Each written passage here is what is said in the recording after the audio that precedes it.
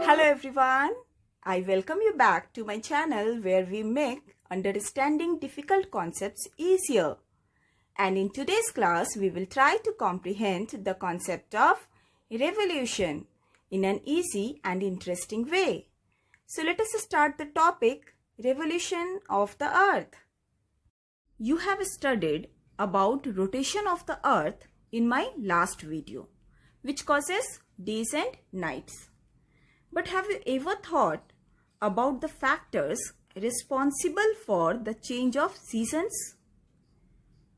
Why don't we have the same weather conditions throughout the year? Why are days longer than nights during the summer season? There are so many questions.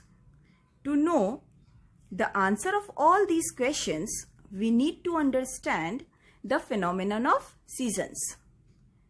You have learned that the earth completes one revolution around the sun in about 365 days and 6 hours, or you can say 1 year. This period is divided into 4 seasons: spring, summer, autumn and winter. Let us try to understand the phenomenon of seasons with the help of a diagram. It was explained in my last video that the earth moves around the sun in a fixed path, and the path is known as orbital plane. Here you can see the path of the earth. Now I am going to draw 4 different positions of the earth in its path of revolution on 4 different dates. That is 21st June, 23rd September, 22nd December and 21st March. The interval between these dates is about 3 months. This much is clear to you? Now I am going to explain the most important portion of this chapter. But before proceeding further, I would like you to note that the axis of the earth remains tilted in the same direction throughout the year, which you can see in the diagram here. Now look at the position 1 on 21st June. You can also notice that the North Pole is tilted towards the sun and the direct sun's rays are falling on Tropic of Cancer. Here you can see our Tropic of Cancer. The northern hemisphere gets maximum heat, due to which the places in the northern hemisphere experience summer season. Just opposite to this, in the southern hemisphere, there is winter season. This date is also important because the longest day and the shortest night occur in the northern hemisphere, and this position of the earth is known as summer solstice. I hope this is clear to you. Now come to the third position.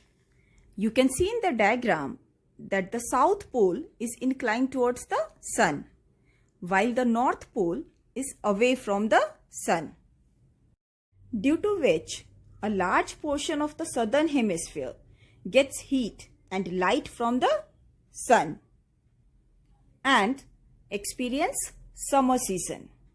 Do you know, on 22nd December, the direct sun's rays fall on Tropic of Capricorn and has longest day and shortest night in southern hemisphere, whereas in northern hemisphere, shortest day and longest night is experienced.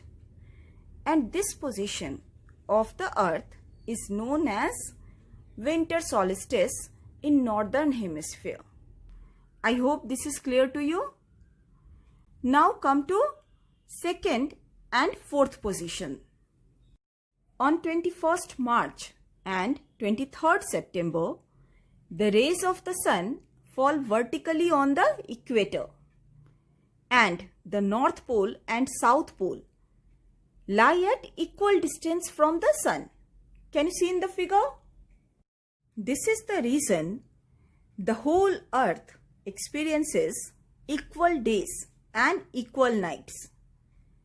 due to which the day is called equinox. On 23rd September, it is autumn season in the northern hemisphere and spring season in the southern hemisphere. The opposite is the case on 21st March, when it is spring in the northern hemisphere and autumn in the southern hemisphere. Thus you find that there are days and nights and changes in the seasons because of the rotation and revolution of the earth respectively. So children, that's all you had to study under this chapter. In the next video, we will continue with maps. So let's end today's class here. Do subscribe my channel and get notifications about upcoming videos. Thank you everyone.